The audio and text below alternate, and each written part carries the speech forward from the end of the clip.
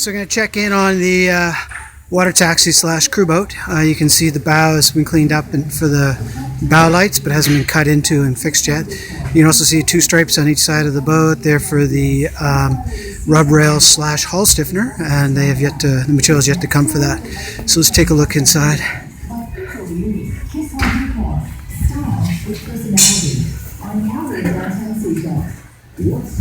So the bow locker has been done,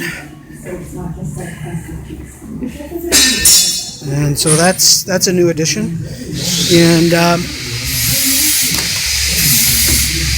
so it's wide and shallow on purpose. It stiffens the bow, but one of the considerations was trying to be able to climb in underneath, so I'll show that a little later. So that still works, so you can climb underneath and do the bow.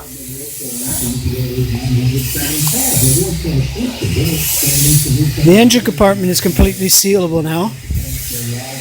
So there was a Samson post on the back here, it's been cut off, and now we have an ability to seal this up by pulling this guy up and dropping it down the front, which is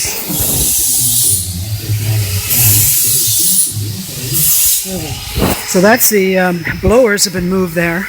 So it's actually where the blowers blow out the exhaust.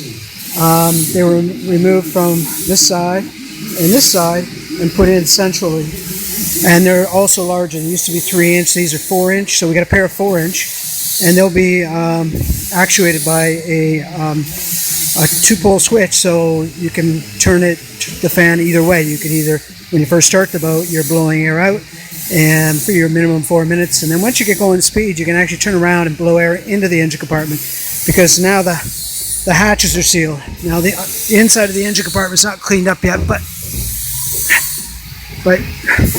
they're raised up 2 inches all around, and heat shield slash sound shield has been installed on the bottom. So in raising them up, I also got the guys to make sure that it's totally waterproof back there, so water won't be dripping in either through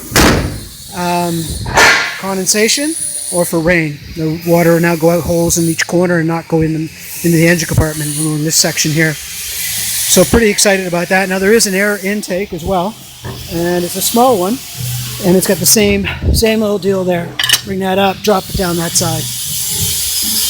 Now I'm just starting to get ready to build up the inside.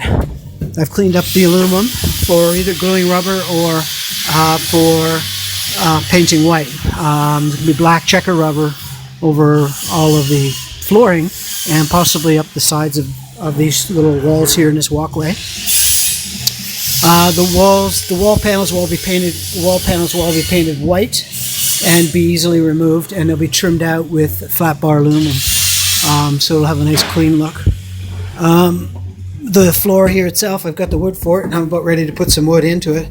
But the floor will be a 1/2-inch plywood here, here, and here. And then a 1/4-inch mahogany panel, which will also be painted over, but mahogany panel because they're stiffer than a regular 1/4-inch ply.